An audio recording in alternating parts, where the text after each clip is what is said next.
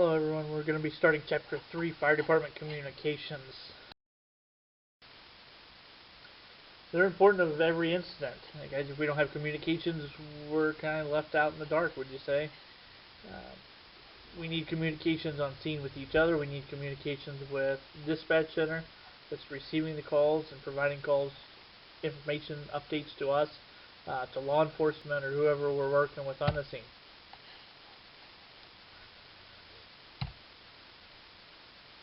Everything that we're going to talk about is fire department communications, including methods by which the public can notify departments of emergency.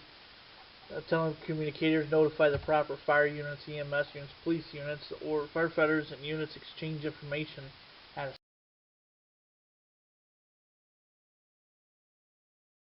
I just talked about just a second ago. Firefighters, we got to be able to handle routine communications, including non-emergency calls coming into the business.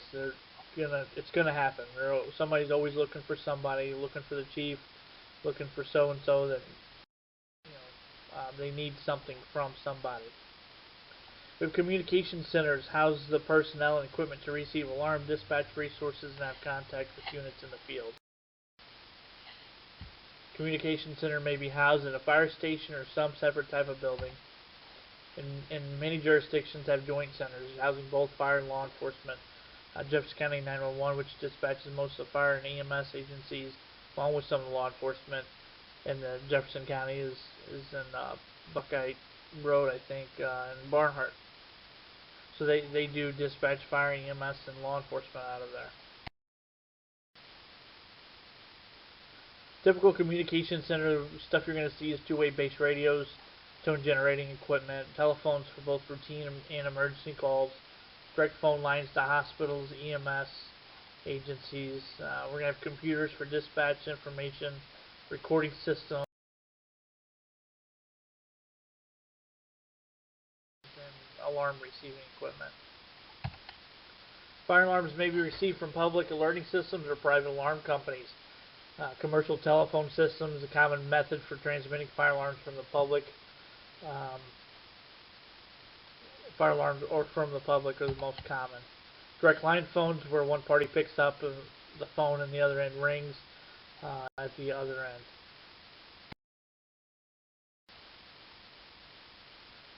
One problem with the increased use of cell phones is that 911 is dialed routinely and it's going to go to the nearest public safety answering point, which may not always be the same jurisdiction as where the emergency actually is residing. A lot of times now that I know Jefferson County's got are able to triangulate a cell phone position and get a better location now than what they used to.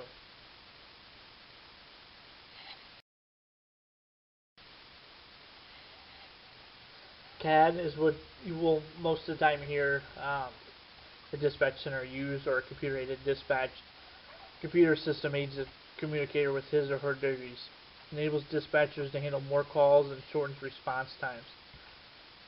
It can be as simple as retrieving a run card, or complex as dispatching units, monitoring the status of units, and transmitting to mobile data terminals. Recording the information from an emergency may provide a permanent record of the radio transmission. I know Jefferson County records all their lines, all their Jefferson County lines, as far as fire channels, and they also record their incoming phone lines as well, in case there's ever any discrepancies on what's going on down the road for litigation purposes.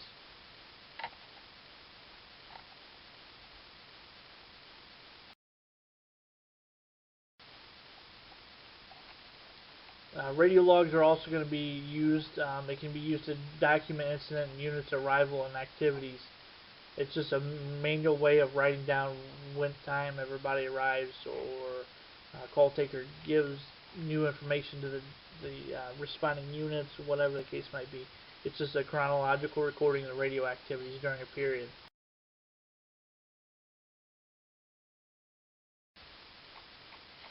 Personnel must be trained to get the necessary information concerning emergencies quickly. Okay, remain calm, identify the agent, control the conversation and ask assertive questions. Get somebody that's just not want to give you any information, you're wasting time being on that phone line with them. You gotta make sure that you take control of that phone conversation to get the necessary information as you need.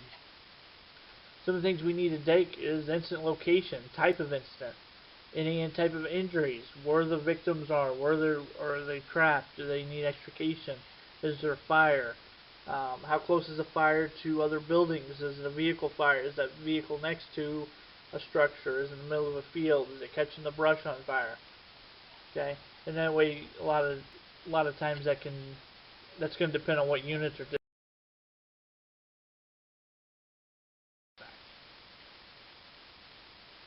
Also need to get the caller's name, obviously the location and callback number in case we get dropped or we wrote down the phone number or an address wrong. We can call them back and get new updates.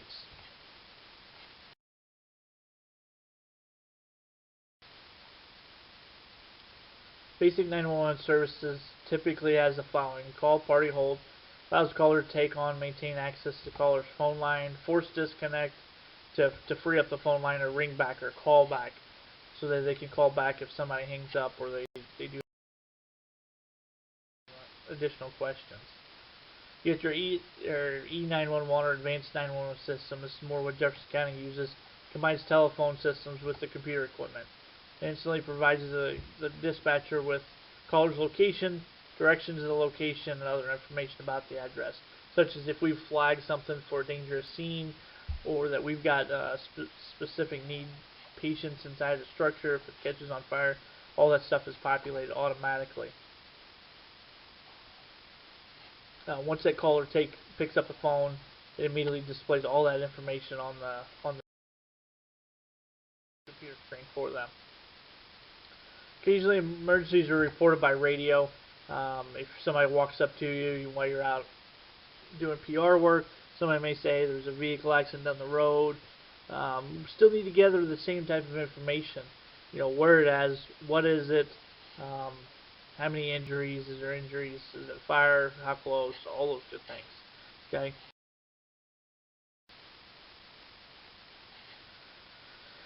Citizens walk into a fire station and report an emergency. Whoever greets the person should determine the type and location of the emergency.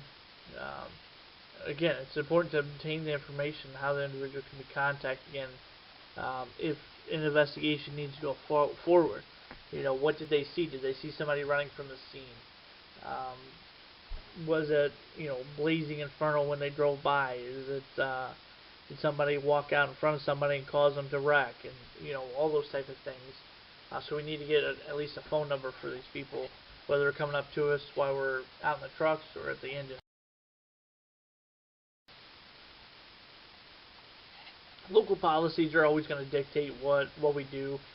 Some will notify the communication center before responding via telephone. They'll call up and they'll wait for dispatch to go.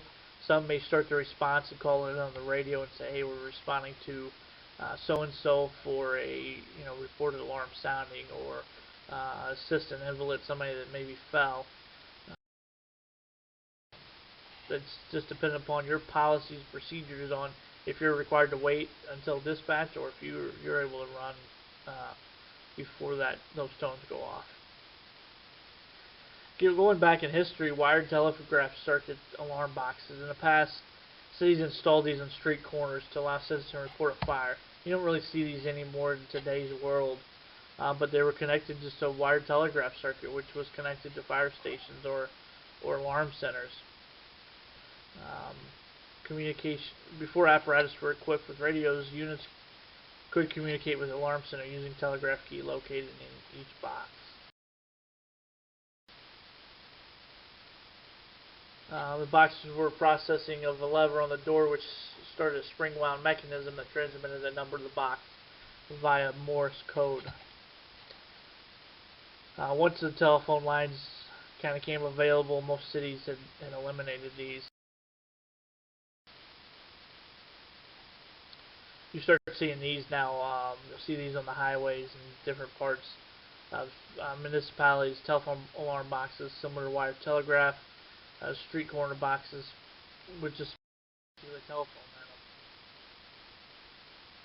Um, Contains an independent radio transmitter with a battery power supply. Some are located along roads, highways, like I said. Some are transmit alarm by an audible signal. Some are light, and some print out to a communications center. Some contain telephone radio system to contact the communications center. Some have just push buttons. What do you need? Fire, police, or ambulance service, and that's as simple as it gets. One of the biggest things as far as the department fire prevention education program can go is teaching children how to call 911, who to call, and how to make those calls, and what information they need to be have available to tell the dispatcher so they know how to get the help there. We got to make sure we're dialing 911 only in an emergency, and stress that to so many people as much as we can, because people are calling 911 for crazy stuff. They even have a show now that shows all the different ridiculous 911 dial-ins for stuff. State the address of emergency. Give the telephone you're calling from. The nature of the emergency, name, location, and obviously stay on the line if told to do so.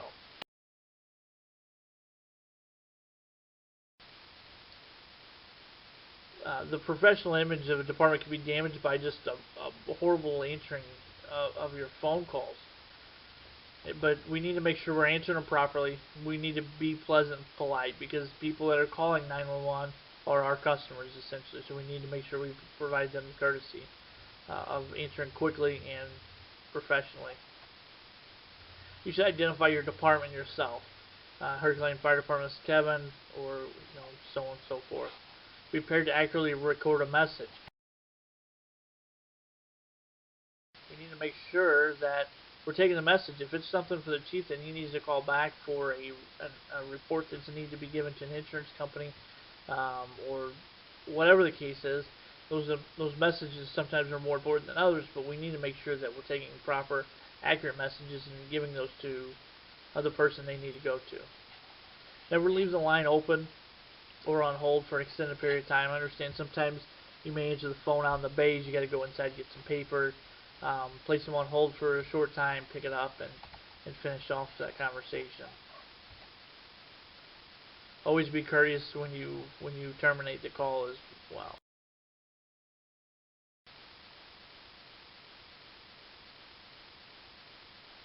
How are fire departments alerted? How are we alerted?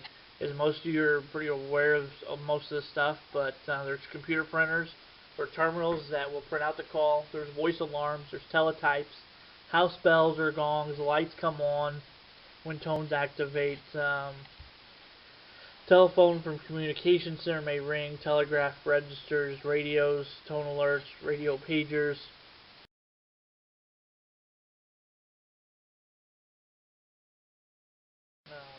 I know a lot of the departments up in North County, or like Ferguson, Metro North, some of those guys, just their beds shake because the stressors of the alarms going off is too much for people with the initial bright lights, so they're got shaking beds to wake them up.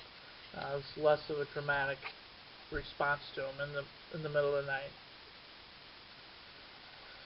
Way personnel are alerted from an unstaffed fire station or pagers. There are multiple types of pagers. You can see your Verizon or your Motorola pager there. That's an alphanumeric readout of maybe where the call is, what trucks are to respond. Cell phone messages with text messaging capabilities or apps now. Sirens, whistles, air horns may be used in small jurisdictions, and obviously your typical Motorola pagers. You got to remember all that radio communications are under the authority of the Federal Communications Administration, or FCC. They issue licenses to different departments, agencies to operate on those particular frequencies. It's a federal offense to send personal unauthorized messages over a designed fire department radio channel. Okay, so you can't be using it. You can't just pick up a fire radio and start talking to your buddy, without consequences. Radio equipment allows information to be transmitted between communication center and field units in the incident command system. They're equipped with powerful base radios which have greater range than mobile radios in vehicles. Mobile radios are mounted in vehicles and powered by the vehicle's electrical system, typically mounted in the cab or the pump panel. We also have headsets in some vehicles that helps minimize the outside sound and enhance your communications within your apparatus.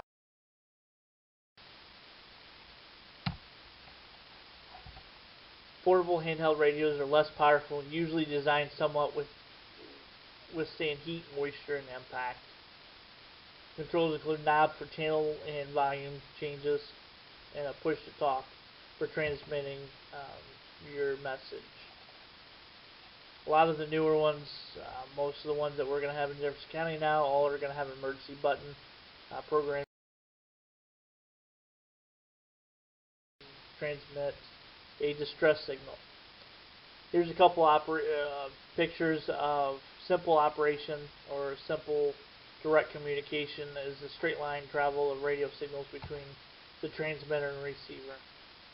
Buildings and terrain are going to be detrimental to this type of radio system because if it doesn't have a direct line of sight, the communication is going to be very poor. This is called a simplex system. One radio or one channel receives one frequency and retransmit on another frequency. No direct communications radio to radio. A full duplex system allows communications in both directions at the same time. Radios transmit on one frequency and receive on another. Communications can become garbled when multiple radio transmissions at the same time. It's kind of what Jefferson County is using currently and in the past, where you can talk over each other. What we're moving to is a trunk radio system in Jefferson County. So this is going to be more of what we're going to have to be learning here in the future. It's a trunk radio system, which is a computer-controlled two-way radio system that allows sharing of relatively few radio frequency channels among a large group of users.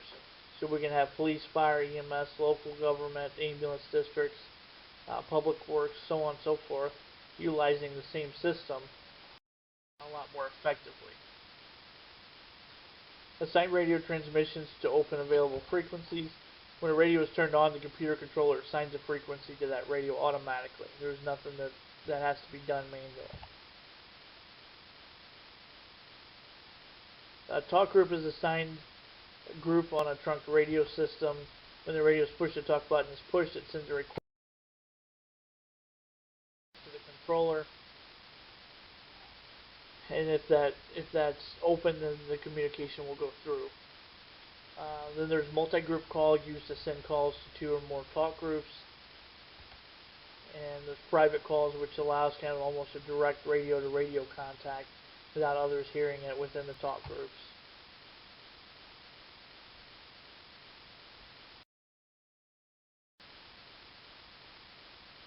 There are limitations to the radios, obviously. Radio signals travel in a straight line. So travel distance depends on the strength of the transmitter and the receiver, the antenna height. A lot of times, I know if you guys can't get out on a radio, I know a lot of us wear, the walkie straps that's got it on our hip. Sometimes just taking that off your hip and holding it up in the air will get you the transmission you need. Just remember that. Sometimes it's just a matter of slight manipulation of getting that antenna a little bit higher, and that will complete those transmissions. Buildings, basements, tunnels can also affect radio transmissions. I know once we get inside some of our buildings here in Herculaneum, we have no communication with the dispatch center as of now.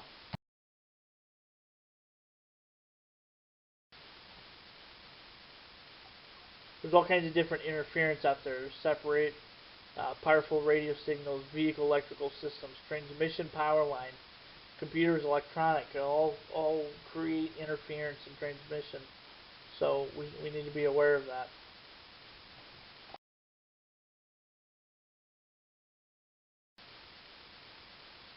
ambient noise emergencies can interfere with communications. Can be harder to hear and understand what somebody's saying. So turning off sirens when not needed, moving away from loud equipment, out of the wind. The wind while you're talking can be just as detrimental as the loud equipment.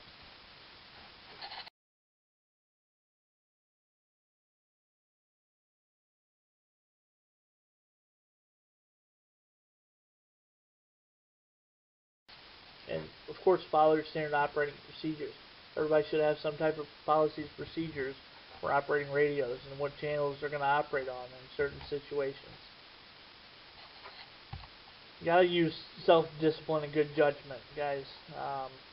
All radio transmissions can be monitored by the public, the news, anybody that really wants to listen. So we got to make sure that we're professional on the radio just as well as we are in front of the public. We usually try to avoid using names for reasons of litigation probably down the road. We try to utilize DSN or Department Service numbers or truck numbers, something like that.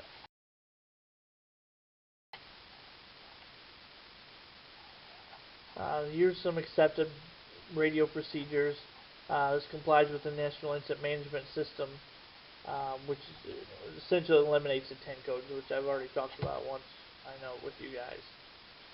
The sender should identify himself or herself first and then the receiver.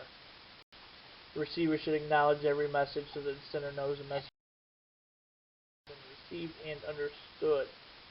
A moderate rate of speaking should be used while talking on a radio, not too slow, not too fast. Just common talking messages we were talking right now. A moderate amount of expression and speech should be used.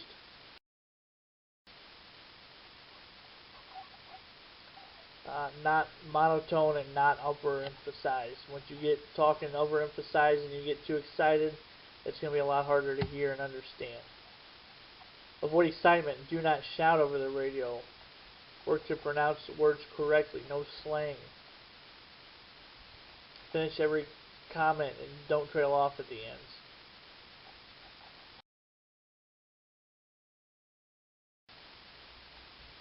Keep gum and candy out of your mouth.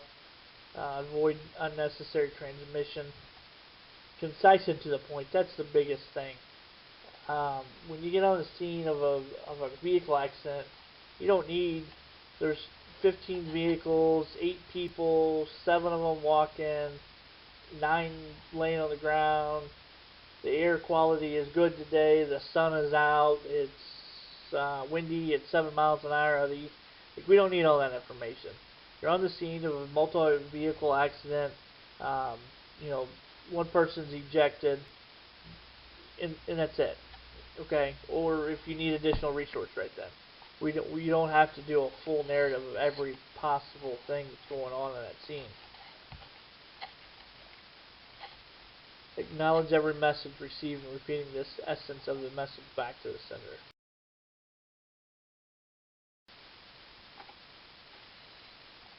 One of my biggest pet peeves is make sure the air is clear. I don't know how many times, we're trying to get critical information either to dispatch center is trying to get it out to the truck, and you hear somebody go in radio service. Who cares if you're in radio service? You need to be paying attention. And right now, there's a problem that, DeSoto Rural can't hear Rock Community or High Ridge and vice versa. Okay, so making sure it's clear is not always going to make sure that the full channel is clear, but from what you can hear is clear. But I don't know how many times I'll hear Jeffco call a certain radio, and then you hear, a particular agency go in radio service, or call a different, truck for an update or something. Like Jeffco's already called that out. They have the biggest radio center. Everybody can hear them. So you shouldn't be calling anybody else if Jeffco's trying to call somebody.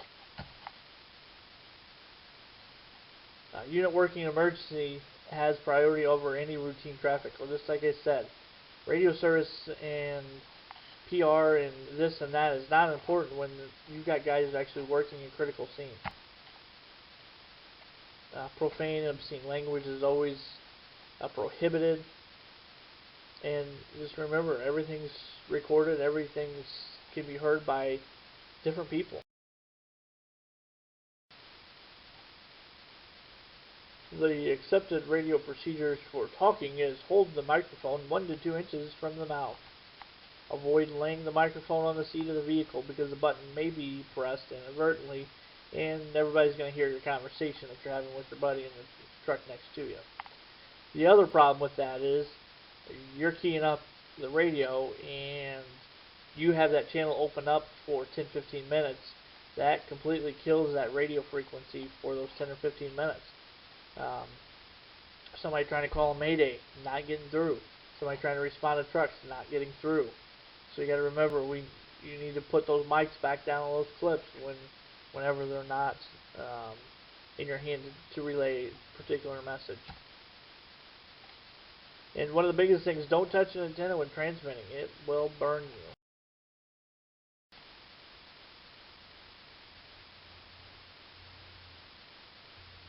Routine traffic should always be avoided whenever units are responding or working at an emergency.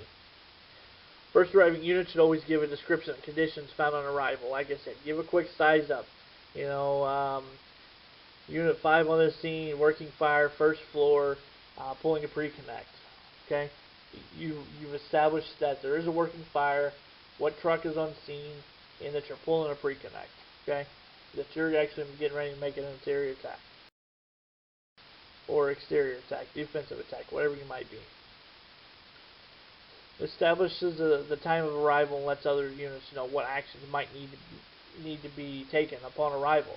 So if I went and said Unit 5 on the scene, working fire, pulling a pre-connect, okay, that means I'm going to be utilizing water. So either the second truck in may need to back me up with personnel. That second truck may be a water supply truck or maybe a ventilation truck, but they know that there's a working fire and they know there's going to be a task assigned to them coming in. But what some of the things you want to talk about while arriving on scene is unit arriving, conditions found, description. It can be a multi-story residential apartments. Okay, like I said, initial attack, establishment of command. That's usually just kind of a given. Who is the incident commander is going to probably come later. They're going to transfer command to somebody else. If it's a big incident. And then assignment of arriving units are going to be later. Your first initial arrival on scene is who you are, what are you doing, what do you see. If you want to go ahead and put out the size of the structure or something, that's fine. Your incident commander, your additional resources, your assignments, and radio channels are all going to come on almost a secondary report once you get kind of an idea of what's going on.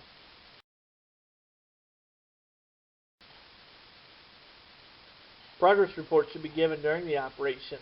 Operations sector gives you things says go inside, go check search the basement. As soon as you're making entry, operations basement sector is making entry.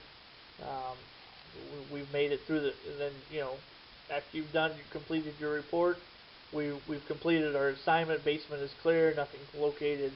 We're coming out. Anytime transfer command, change of command post location, progress or lack of progress of the incident stabilization, direction of the fire spread or any problems or needs, or anticipated actions. Okay, progress reports need to be given on all these points.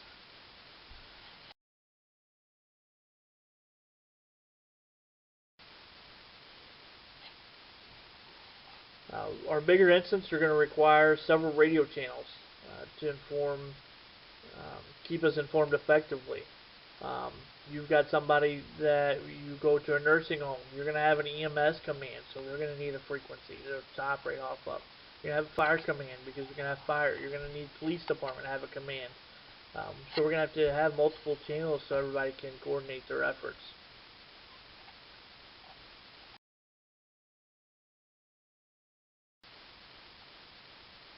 Some department units are dispatched on a primary channel, switched to tactical channel upon arrival. Jefferson County kind of does this. We're dispatched on a primary channel, and then we all know to respond on whatever they're going to tell us. Jeffco 1, 2, 3, and then once we get on scene from there, we're going to switch to an operations channel. And it's going to depend upon the size of the incident and the telecommunicator. They may assign tactical frequencies. Ensure the responding units know what channel they need to be on. I hear a lot of times Jeffco says, you're supposed to be on Jeffco 2 or Jeffco 3.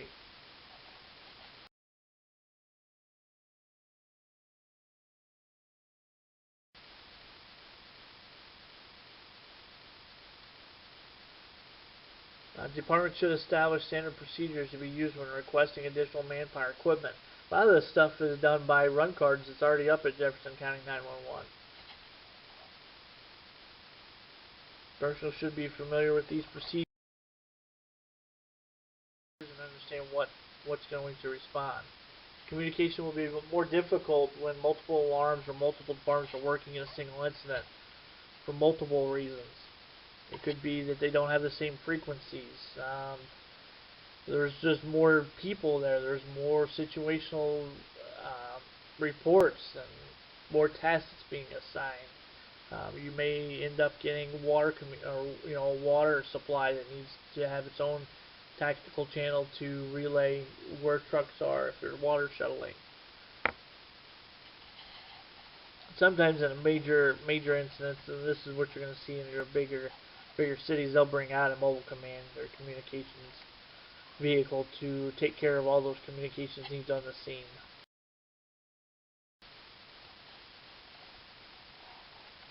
Emergency radio traffic.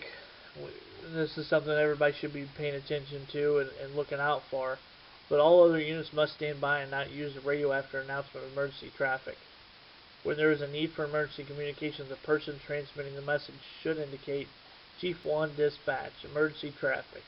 That should tell everybody there's something seriously going wrong. He needs that channel because he's calling out a mayday or he needs some immediate help or need. Everybody should have an evacuation signal too. The department should adopt a standard evacuation signal. Okay. Jefferson County, what they do is somebody initiates to evacuate the building. They're going to set off the all call, which will activate every pager in the county and announce 3 times over the radio that everyone is to exit the structure. And then say sound your audible or your air horn. And everybody should do 3 continuous blasts of the air horn.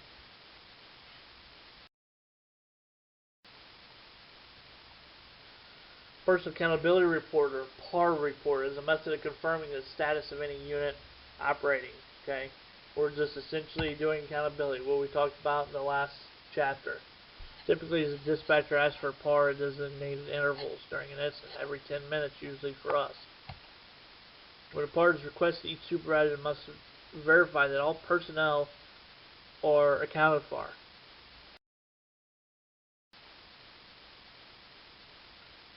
Not only are they going to be indicated throughout those 10-minute increments on a working structure fire, working rescue, but they're also going to be requested when the incident is under control. There's a change in strategy. If we go from offensive to defensive, we need to make sure everybody came out of that building. Sudden catastrophic events such as flash over, backdraft, collapse, explosion. We need to do a bar automatically.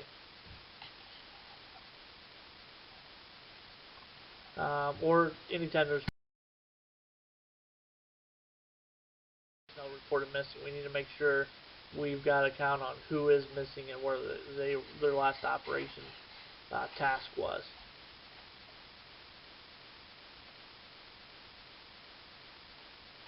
Proper reports. They're necessary for local and national record keeping, legal proceedings, statistical analysis.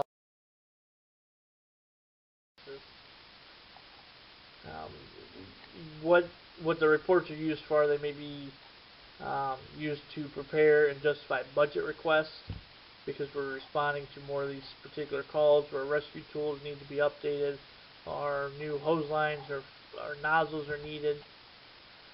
They help determine staffing requirements. We've had an increase of calls by 200 this year, and we're continuing to stay on that pace, so we need more help. Determine emergency response procedures. Which way do we need to go? Which out of the firehouse? Which way's faster? Um, so on and so forth. Do we need ladder trucks? Do we need different type of equipment?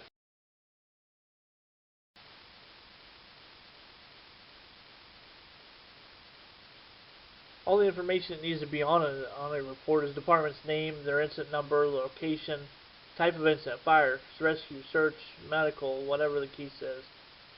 Number of address, owners, occupants, actions taken, number of injuries, fatalities, estimated damage, or any remarks, comments that you have, the type of equipment you utilize, the number of personnel there.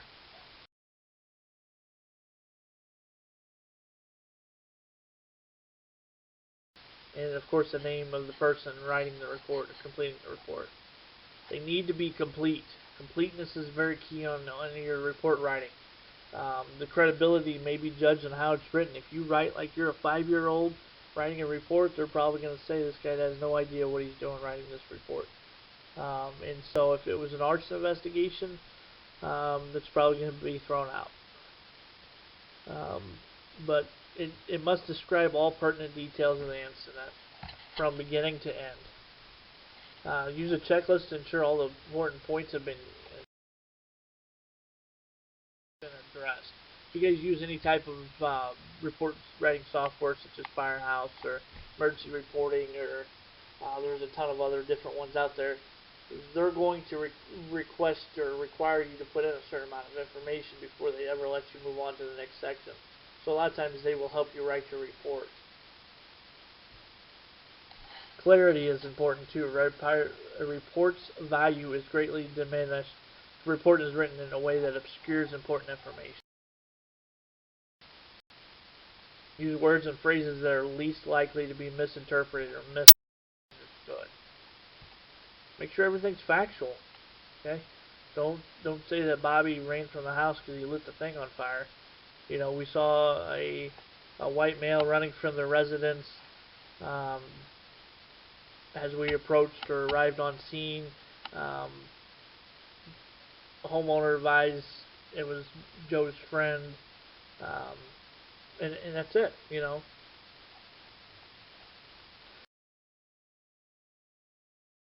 need to interpret what we think is going on or what happened. Effective communications are a vital lifeline of every incident. Okay, if you don't have effective communications, things go downhill real quick. You can't talk to dispatch center to get the information needed, or call for help when you need the help. That can be dangerous for both firefighters and the public.